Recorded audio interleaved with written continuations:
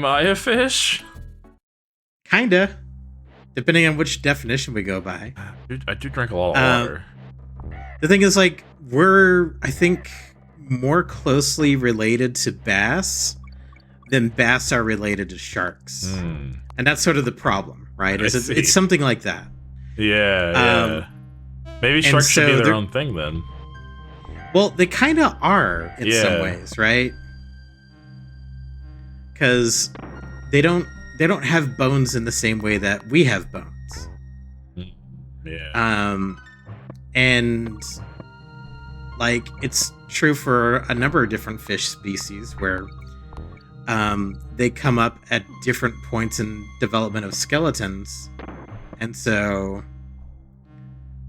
they just, evolutionarily speaking, they're just not the same as a lot of other types of fish, and that's where the problem comes from. They're just built different. Yeah, pretty much.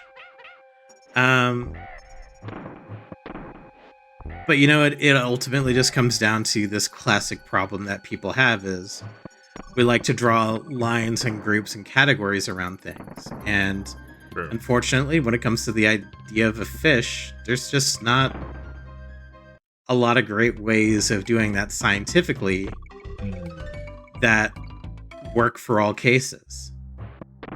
Would you say the fish are the least scientific animal? I'd say trees are probably the least scientific animal. Damn, you're probably right. This is why you're the scientist. It is why I have a PhD. You literally do. I do have a PhD. In animal science. But not fish science. No, not fish science. Ironically, my research would involve fish. And definitely not bird law. Oh, no, I don't touch bird law at all. You see, and that's a classic case of why you don't mess with bird law, because as soon as you start talking about it, you get attacked by giant blue wasps the size of a K-truck, the size of a small tangerine, the size of a large grapefruit, approximately on the order of mass of Jupiter. Man. Also, that would probably be like a black hole kind of thing. Well, maybe not. Maybe. I don't know. I can't imagine it. I can't imagine like bees are dense enough to have that much mass. Because if you had a bee Probably the size of Jupiter, yeah, no, I think that's mostly water, right? Yeah, if you had a bee the size of Jupiter, it would probably just start to like break down and collapse under its own mass. Right? Yeah. Like, there's occasionally these like concepts in like Eldritch Horrors or whatever, like Lovecraftian stuff, of these impossibly large creatures. Yeah. But like, it seems like the this little stuff. Bad miss. That's a bad miss. Yeah. For anybody who remembers Mitchell and Webb. Oh yeah, they have a new series out.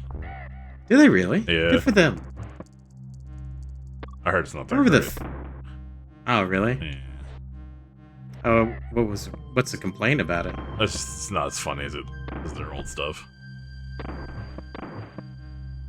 So it goes. That was like 20 years ago too, so like they're gonna be a lot different. Yeah.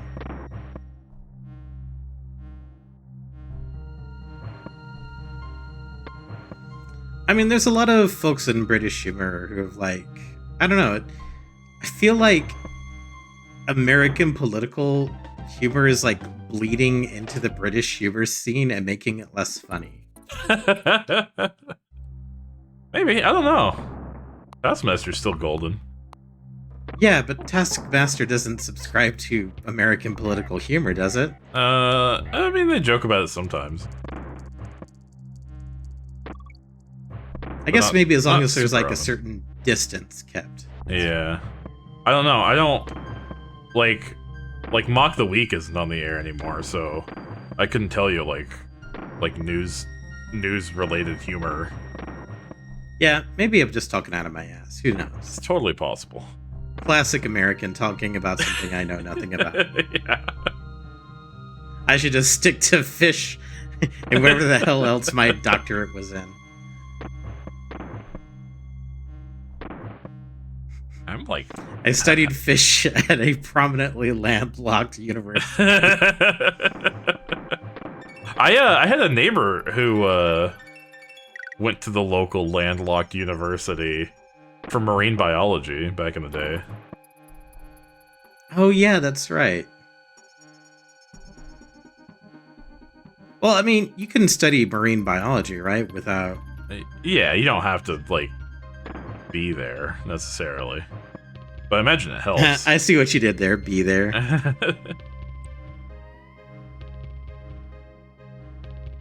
Well, I mean, isn't, like, riparian environment... Oh, wow, that was, like, synced with that bee for a second there. Yeah. Isn't, like, marine biology encompass more than just, like, the ocean? I thought it also included, like... riparian environments and lakes. Yeah, like, you still have to study the Lakes rivers and the rivers. lakes that you're used to. Yeah. You can't always go chasing waterfalls. Oh, what was the name of that group? TLC. TLC. Tender Loving Care. Yeah. Well, it's T-Boz, Lisa Left Eye Lopez, and the other one. This is another outstanding track in this game. This is Crystal Cave music. It's so good. But is it as good as the Crystal Cave music from Hollow Knight? I don't know if I've gotten that far. I'm gonna say yes. Oh my god. I know. No, that's okay. Hollow Knight is a difficult game. It's not for everybody. I got to where everything starts getting goopy in the first game. With the orange goop. That doesn't mean a whole lot. Oh, okay, alright. Well, the orange goop has showed up and the map has changed significantly. But also I haven't played Hollow Knight It'll do in, that. like, years. Also, I beat the Mantis Lords, so I feel like I'm somewhat accomplished. For those who are in the know, I got to Deep Nest before beating the Mantis Lords, because I sort of put it off. That was a mistake. There's a very specific reason you want to beat the Mantis Lords before getting to Deep Nest. Because otherwise, it's really difficult to get out of Deep Nest after that. Oh shit, it's on guard.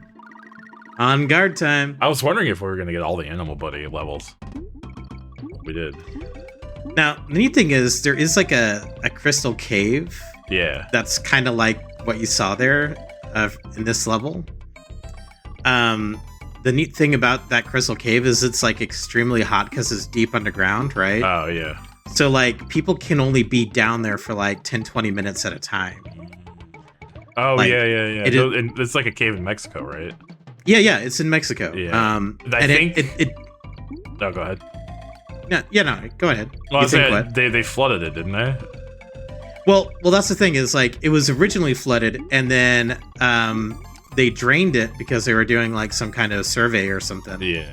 And that's when they discovered it, and then they realized like, oh no, this is something we need to protect and preserve.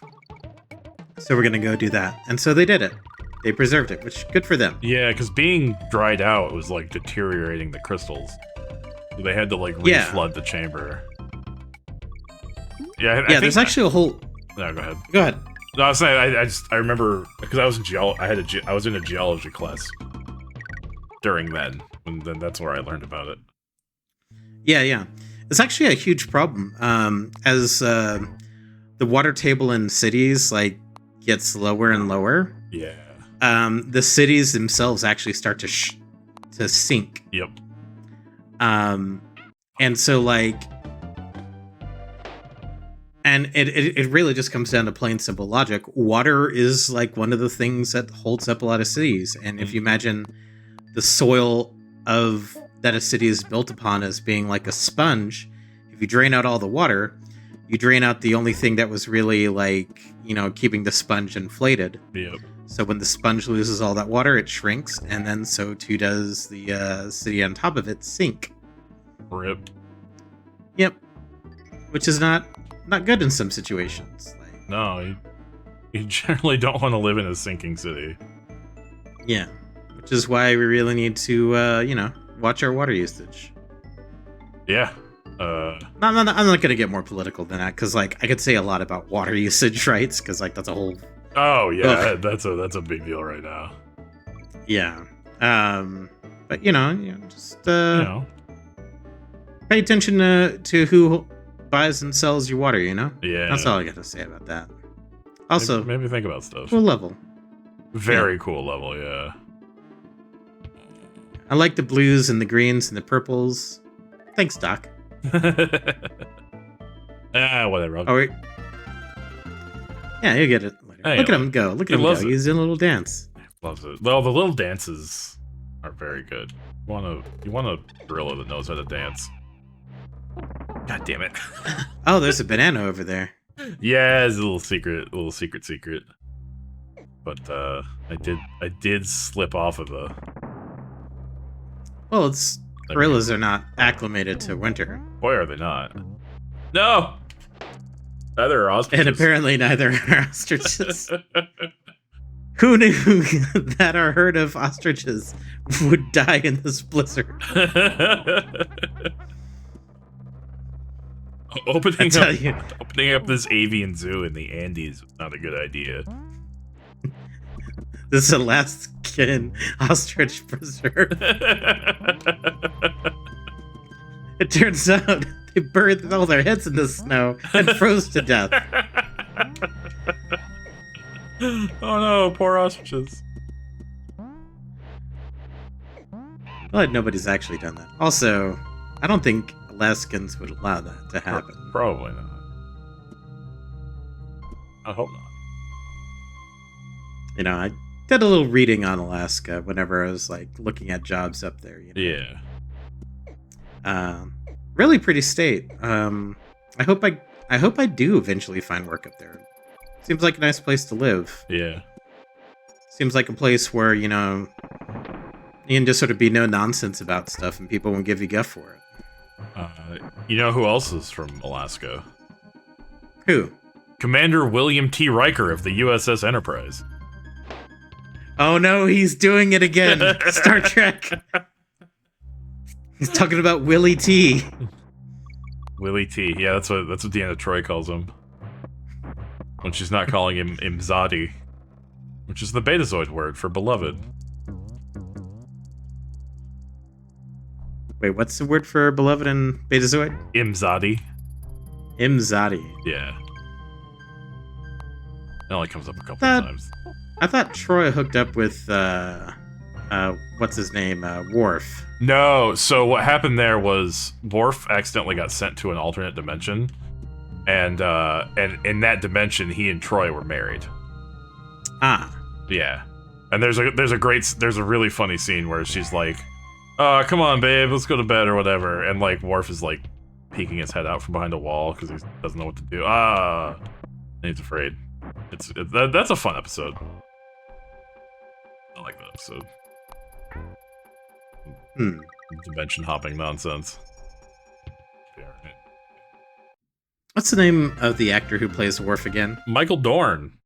Michael Dorn, thank you. Yeah, he was he's a super mutant. He was Marcus. He was Marcus, and he was Frank Hurrian. Yeah. Yeah, he's doing a bit of voice acting. Oh, I hate this level. Fuckers chase you. Gotta swim faster. Yeah. Just mash that swim button. Freaking jellyfish. Just do cartwheels underwater like that octopus. Underwater or octopus cartwheels. I remember that trick at least. Octawheels. Isn't an octopus a Greek name or whatever? I don't know. It might be a Greek origin. I forget what the rule is if it's a Greek versus Latin origin. Because like cacti is technically not correct. 'Cause not a one of those. It would be I think it's technically supposed to be cactuses. But I think people just like saying cacti because it is fun to say. Yeah, as long as it's fun to say, that's all that really matters. Yeah. Octopussies is hilarious. Octopussies is great.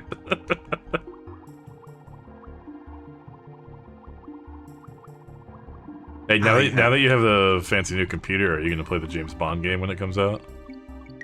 Which one is that? It's the new one being made by the Hitman devs, and it's like its own universe where it's like a young James Bond. He's not young. He's not like 10, but he's younger. He's like starting out. You know. Damn it. I'd be game for that. I'd be game for that. What I really want is another From Russia with Love, like the one that was on the 360. I never played that. Or was it the original Xbox? I forget. But it was loosely based off of Sean Connery's From Russia with Love. But like it had so much content. It had all these gadgets. It had all these different things, and it had an upgrade system and a new game plus. Oh. Yeah, it was a very robust Bond game. There was even a ridiculous multiplayer to it. Yeah. You could have jetpack duels. Say no more. Like, honestly, yeah. Need I say more? Right? Jetpack duels. Jetpack duels. Need I say more? Yeah, no, it was one of the best Bond games ever. Like, truly, like, a close second to GoldenEye, in my opinion. Just because of the amount of content alone. Right. That's cool. But yeah, I would definitely be open to playing that new Bond game when that comes out. Next year sometime. I've played a little of the Hitman games. Yeah. They're a little opaque to me, insofar as like understanding how to commit to all the different Hitman actions and things like that. Sure. And maybe that's just because I'm not as great at picking up context clues and things like that. I don't know. They're also like, they can be kind of difficult because they're stealth games ostensibly, and then also those games have a lot of systems, and then they also have a lot of like strict requirements for doing really well, right? I see. So yeah, like getting the like best ranking where you only kill your target and nobody notices you, like it's hard. Yeah, that's like the real. Like, if you want to get the story, you can just kill the guy and go. Yeah. Also, every level in the Hitman games give you like a million tools to do all sorts of wacky shit. Yeah. Oh, he told me about Winky the last level, or the last world. Oh, he wasn't expecting to see you today. Guess not. He's scraping Squawks. the bottom of the barrel. This is the first level of Squawks. The epilepsy warning. Hey, Squawks. Because every time we turn around, he faces the camera. Flashes us. Which he totally didn't have to do. He could have just flashed the background. Yeah, he could go the other way. Also, this is the first appearance of these flaming oil barrels. Had we seen the big boys before? Yeah, they're in the first world. Okay.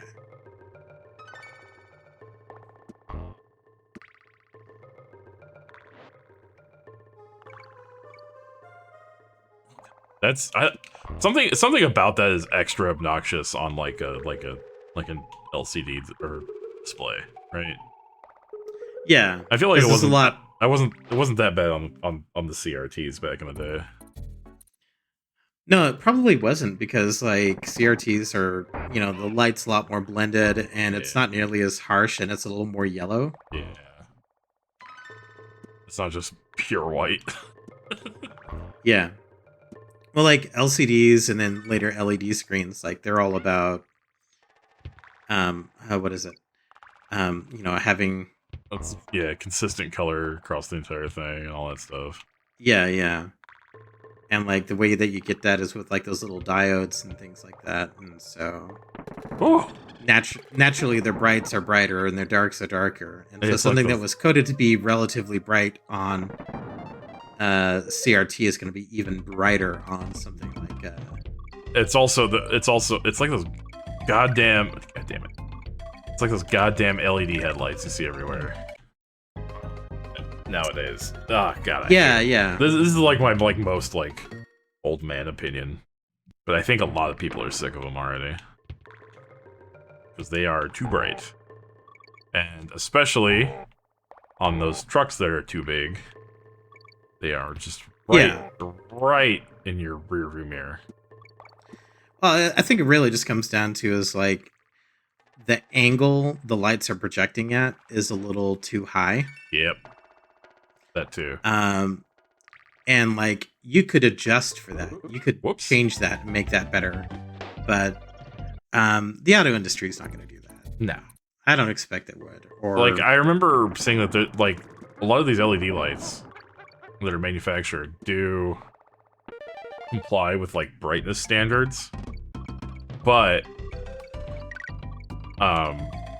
the way LED lights work is that the same brightness on an LED ends up looking way brighter because of the color temperature and stuff like that. God damn it. Than the old incandescent style. Really? Yeah. DK here. Big boys. They're called Prushes. And they make the best noise in the world whenever you land on them. Honk. Because they're crocodiles that swallowed a goose. That's why they're so big and meaty. Like a goose. They got the spirit of a goose living in them. They have the power of one crocodile and one goose. And that's a lot. A team up nature was never prepared for.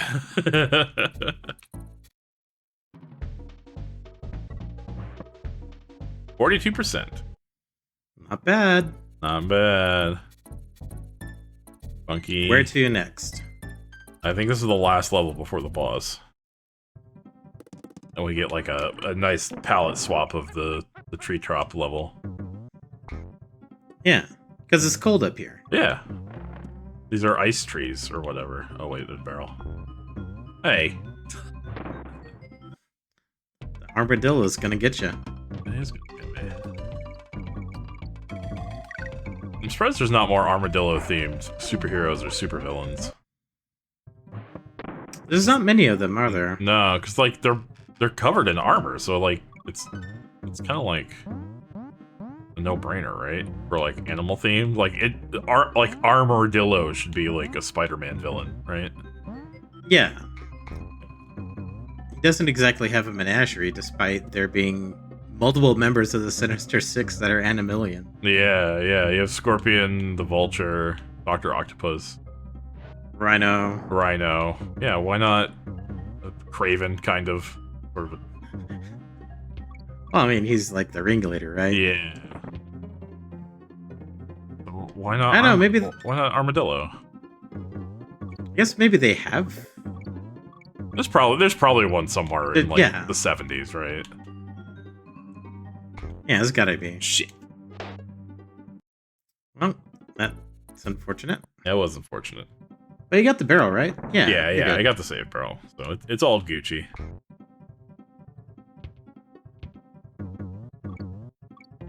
You got all these golden crocs up here. These guys are. They must be like rubbing bananas all over their bodies to stay warm. Need some of that banana friction. Mm-hmm. That one used a green banana. He's not going to last long. No. It's underripe.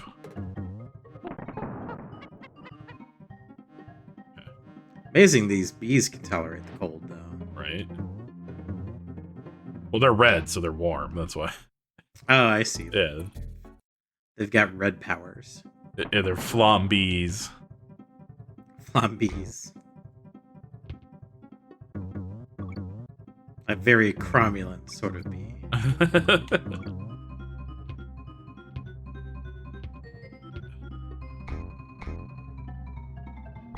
I don't know. I don't know if they're very good bees at all. You never see them pollinating anything.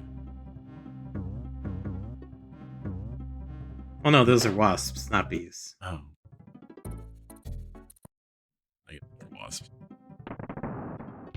So yeah, I guess you're right. They're terrible bees because they're wasps. They're terrible bees because they're great wasps. Dire wasps. I mean, ooh, don't no.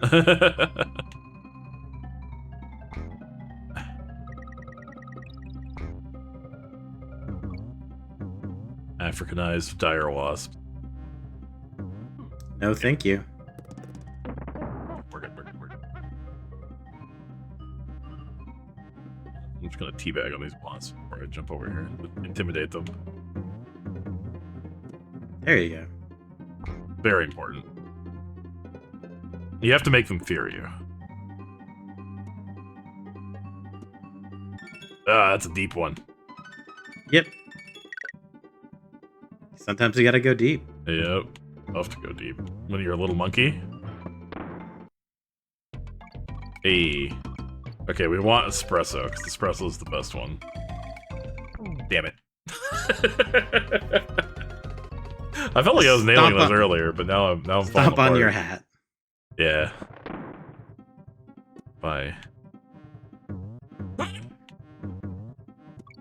Hey. You did it. Nailed it.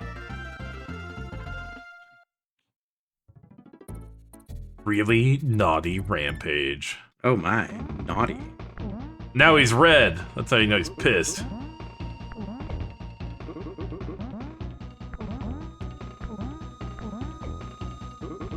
Trying all different kinds of jumping to intimidate you. Yeah, I'm not falling for it.